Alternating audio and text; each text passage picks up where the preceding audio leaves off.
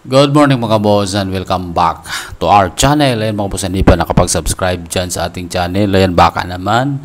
Ayan, pakisubscribe at maganda yung pag-uusapan natin ngayon mga boss.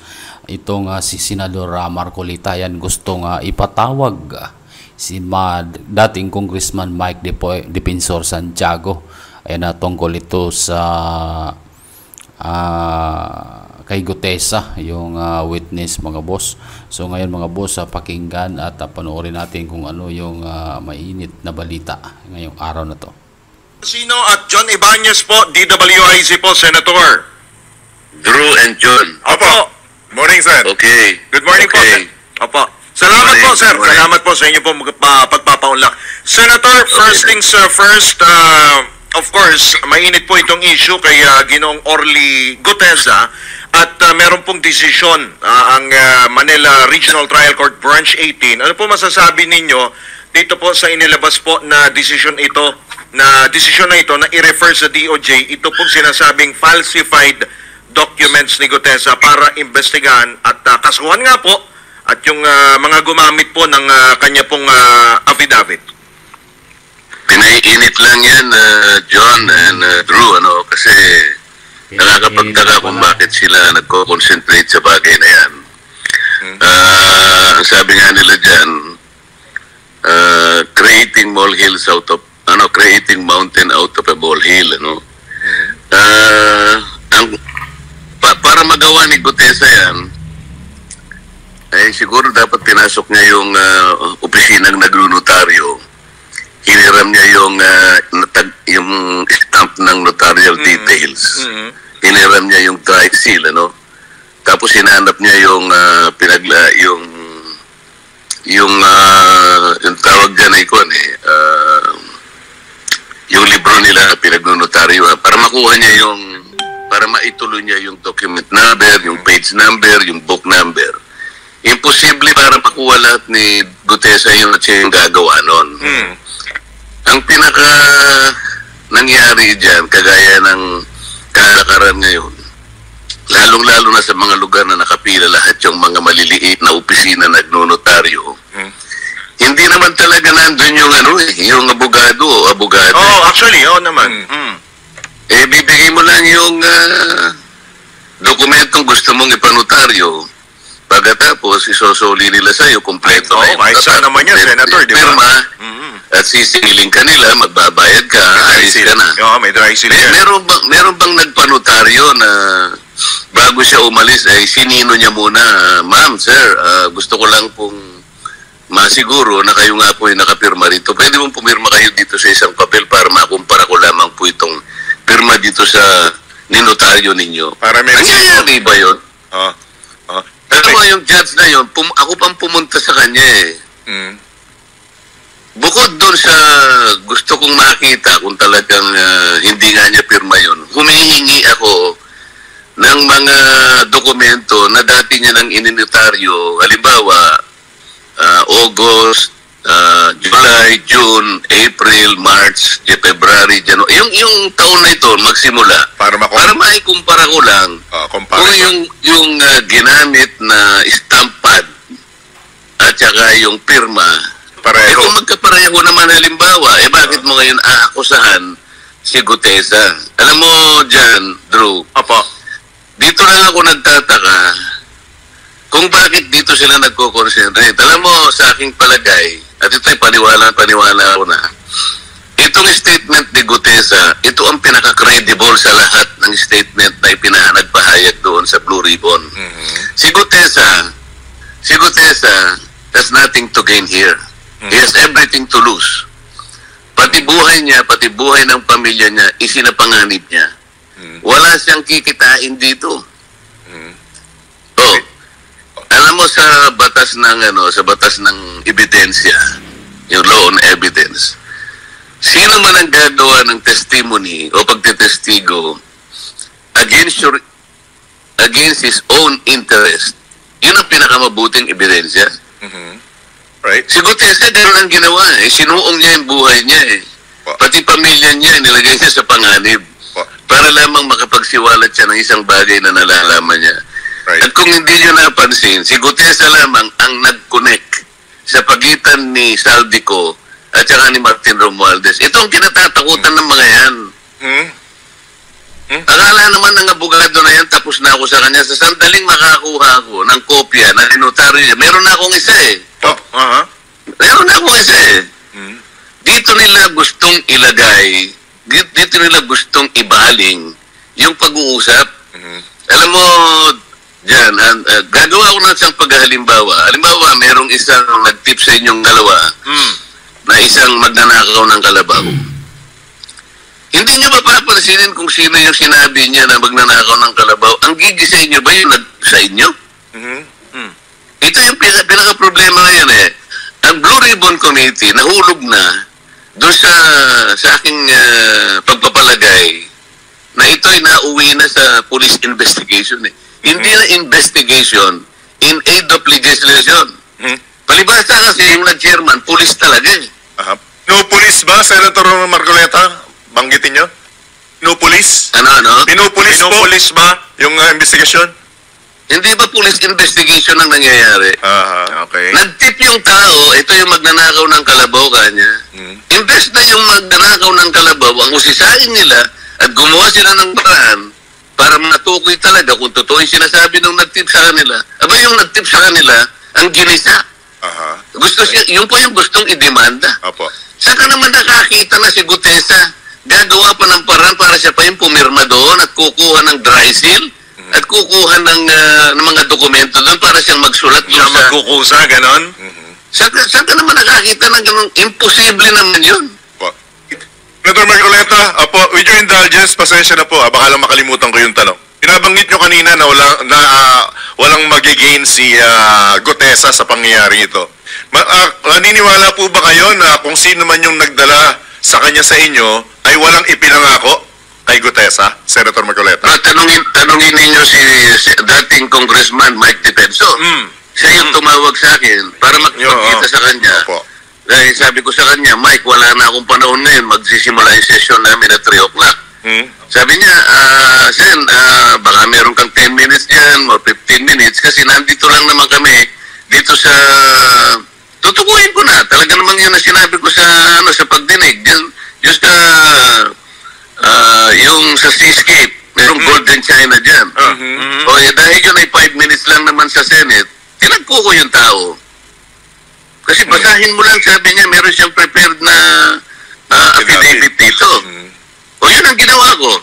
So ngayon, kailangan ipatawag nila si Mike Defensor. Yun! Ay na pa namin pinabanggit, Senator. Okay. Oo. At hindi lang naman si Mike Defensor ang nandun. May 2 pang taong kasama niya, bukod kay Gutesa. Kasama ni Mike, 3 sila. Pang-4 si Orly Gutesa. Sino po yung dalawa, Senator? May idea po yun? Si Mike Defensor na siguro, baka magkamali pa ako sa pangalan. Senator, yun ang bago, ha? Pagkakabanggit nyo na willing kayong at mas dapat tumarap at ipatawag si dating Congressman Mike Defensor, Senator. Ipatawag lahat. Kaya lang, alam mo, kaya ayaw ko sana dito mapunta yung pag-uusap. Ibinabaling nila sa isang bagay na hindi dapat ito yung tukuyin eh. Pero kung yan ang gusto nilang tukuyin, puntahan natin sandali. Pero yung sinasabi ni Gutesa, na may binanggit siya mga pangalan doon, kamukha nung tumatanggap ng pera, yung nagbibilang ng pera, ang pangalan ay John Paul Estrada, merong Mark Tiksay, hindi man lang nila tinawag, ayaw nilang tawagin yun ang mga matitibay na dapat ipatawag doon sa committee. Takot na takot si Ping Lacson na mabunyag o matukoy talaga si Martin Romualdez. Sasabihin ko na sa inyo, hindi kami magkakaban ng taong yan. Kung gusto niya talaga na sumama sa akin sa pagtukoy ng mastermind, kumbaga sa isda, yung pinakamalaking isda, huwag niya akong awahin dito sapagkat pareho lang ang layunin namin. Hindi ko siya maintindihan eh. Alright. Yung Gutesa, sinadya akong gawin yun na in-encourage ko sila magpasailalim sa Witness Protection Program sa pag-akala ko na mahirap talagang matukoy ang mga mastermind kung simpleng pagtinig lang. So na-encourage ko, lumabas yung tao, nakapagsalita initially ng 17 congressmen. Tinawag ba niya kahit isa doon? Wala. Opo. Yan ang hindi ko gusto sa kanila. Yun ang nahalata ko sa kanila sa sandaling natutukoy ang pangalan ni Saldico at saka ni Martin Romualdez, iniiba nila ang usapan. Alright. Senator, maituturing po ba natin na itong kay Gutesa ay perjury po yan at hindi po ba dumaan sa proper vetting procedure po ng Senado ito pong si Orly o si Orly Gutesa, pati po yung kanyang sinumpang salaysay, Senator? Sino nagsabing perjury? Maituturing po ba yan? Maituturing? Hindi nga, sino nagsabi na may tuturing na perjury? Alright. Sino? Magsabi ka ng pangalan kung sino nagsabi. So, hindi pa ho natin... Si Senator Lacson ang nagsabi, di ba? O di patunayan niya nga. Total, maghaharap naman kami, di ba? Sa November. Bakit hindi ang ipatawag niya yung abogada para makita natin, para matanong din natin. Meron ka bang lugar doon na nagpapanotaryo ka doon sa Pasay City? Sa iyo ba yun? Kasi kung hindi man ikaw ang pumirma dyan, chances are, meron kang nilagay na tao doon na taga-pirma. Isipin mo, nasa book 8 ka na, ginawa niyong hanap buhay talaga to eh. Parang cottage industry na itong rito sa atin. Kaya dalawa lang rin naman ito, pumunta kayo sa isang makapal na tao, yung maramihan tao. So, ito na lang, nakapaikot ang nagnonotaryo dyan. Meron bang nagpapanotaryo?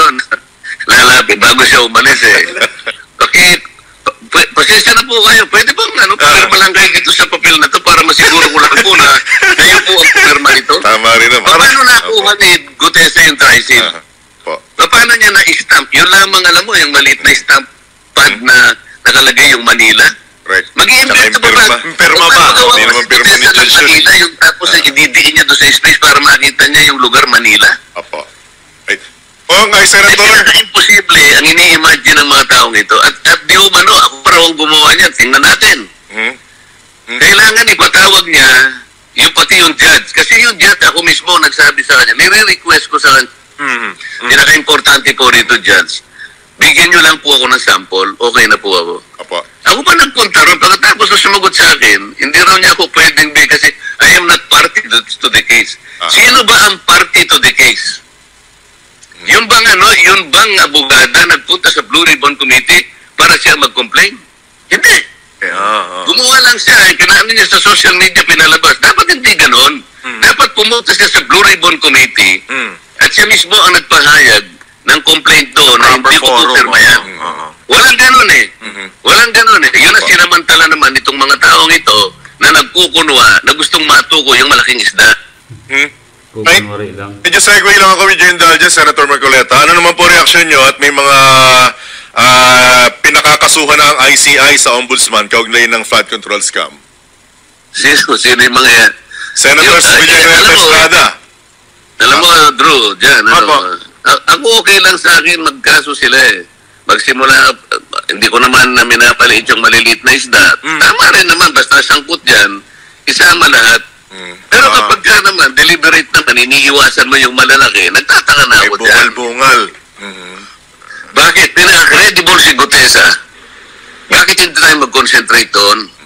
Tinuro niya si Saldico, tinuro niya si Martin Romualdez. Aba, wala man lang gustong mag-umpisa kung paano natin sisya sa atin itong mga ito. Tinuko niya yung Martec site, tinuko niya yung John Paul Estrada. Silang nagbibilang ng pera, silang tumatanggap ng pera. Takot tawagin yung dalawa na yun. Hindi niya ba naaalata ito? Apo. Pagka Martin Romualdez, ayaw nilang kalkalin. Pero ipapatawag daw, Senator, sa susunod na hearing. Aba, yan ang inihintay ko eh. Yun? Ipatawag. Ang tanong ay dadalo ba? Ipatawag. Opo. Unahin mo na lang yung Martec site. Pag sama-sama yan, Martec site at saka yung John Paul Hernandez, John Paul Estrada. Pagkatapos, kung makakarating si Saldico, at saka yung pinakamalaki. At saka yung pinakamalaki, Martin Romualdez. Alright. Okay. Nako. Yan na, uminit na yung usapan tungkol dyan. Senator Lacson, ano nangyari sa iyo, Mr. Senator? Bakit daw umiiwas ka na imbestigahan Saldico at Martin Romualdez. Takot na takot daw kayo. Ayan, matuko yung mastermind. Naku po. Ayan, Senate President Soto. Nangyari sa inyo. Akala ko para kayo sa bayan. Kayo mga boss, ano yung masasabi nyo dito mga boss na napakainit na issue yan? Please comment down below at pag-subscribe sa ating channel and maraming salamat. Hanggang sa muli.